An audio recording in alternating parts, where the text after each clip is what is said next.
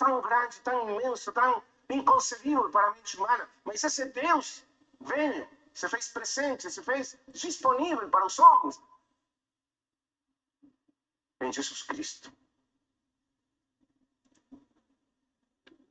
O Verbo se fez carne. Deus se fez carne.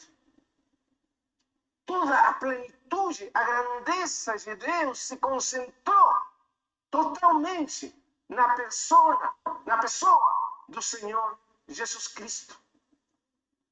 Esse Deus que nós descrevemos ontem, se lembra?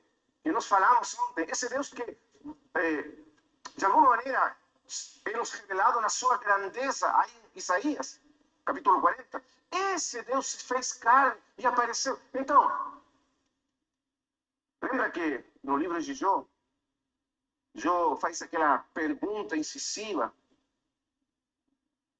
terrível para Deus, no meio do seu sofrimento, da sua dor, sem respostas para entender o que estava acontecendo com a sua vida. Jó queria argumentar com Deus. Ele disse assim: Deus, tu tens olhos de carne como os homens? Sentes tu como sente o homem? Tu sabes, Deus, o que é ser um homem? Com olhos de homem, com mãos de homem, com toda a fraqueza da humanidade? Essa é a pergunta de Jó. A questão é, como tu, Deus, poderias entender meu sofrimento se tu, Deus, não és como eu? E agora nós vemos a resposta de Deus em Jesus Cristo. É Deus mesmo que vem em plenitude e se faz disponível para os homens. E você pode ver isso, ele estendeu as suas mãos. Deus estendeu em Cristo mãos humanas de carne para tocar aos homens. Olhou com olhos dos homens aos olhos dos feridos, daqueles que estavam sofrendo. Estendeu as suas mãos para tocar aos que estavam sofrendo, doentes. Era Deus mesmo. E Deus encarnou na figura de Deus Filho, tocou o homem, deu saúde, tirou enfermidades, fez os aleijados andarem, a lepra foi tirada de alguns. Entendam que tudo isso que aconteceu numa realidade natural, física, está acontecendo hoje espiritualmente.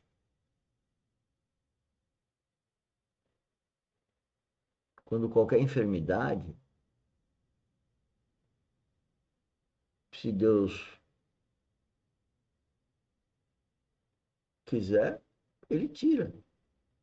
Depende dos propósitos que ele tem para cada um. Por que a gente não acredita nisso? Fica tão preocupado que o outro tem uma enfermidade. Não seria essa enfermidade um objetivo, um propósito de Deus, para que o outro que está com aquela enfermidade procurá-lo? E mais, às vezes,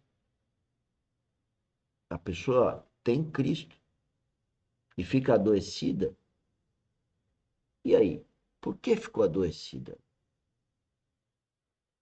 Onde está o porquê? Se relacione com o Espírito Santo, para quem nasceu de novo, e você vai descobrir o propósito daquela enfermidade.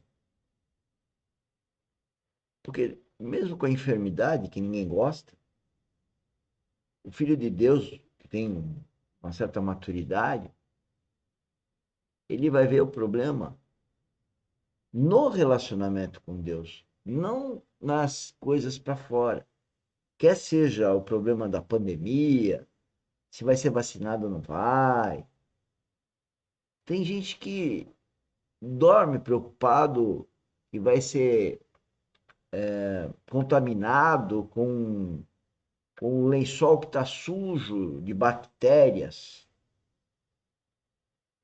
que o banheiro tem que ser lavado a todo minuto porque tem bactérias, preocupados com as coisas naturais.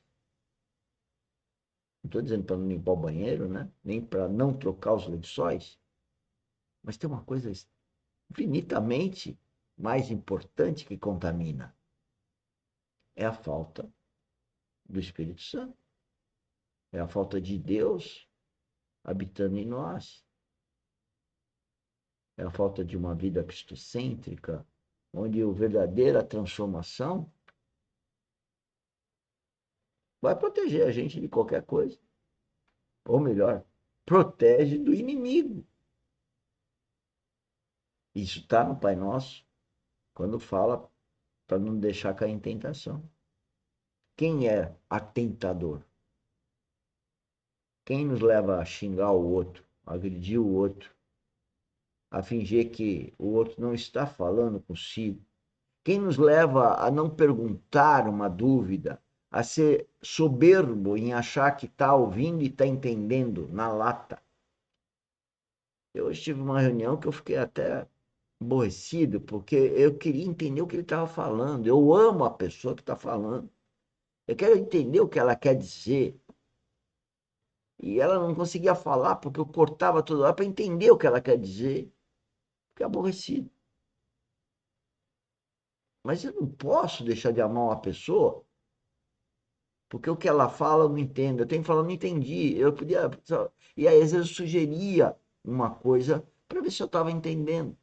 É exatamente ao contrário do que eu vejo quando as pessoas me ouvem. Elas ouvem e ficam quietas, ou até concordam, ou às vezes contra-argumentam de uma forma bastante alinhada, cordata, mas no passo seguinte a gente percebe que não entendeu. Dias difíceis, que todo cristão verdadeiro tem, dias difíceis. Ou Jesus Cristo teve dia moleza. Algum dia ele passou no spa, algum dia ele passou tomando uma cervejinha, comendo amendoim,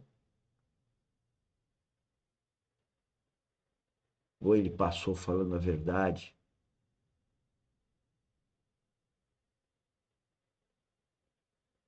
E não foi compreendido. Os discípulos passaram 3 anos e meio com ele e só foram entender depois de Pentecostes, ou seja, só depois que foi derramado o Espírito Santo. Sem o Espírito Santo eles não compreendiam. É só ver a história de Pedro, por exemplo. Vamos lá, vamos escutar.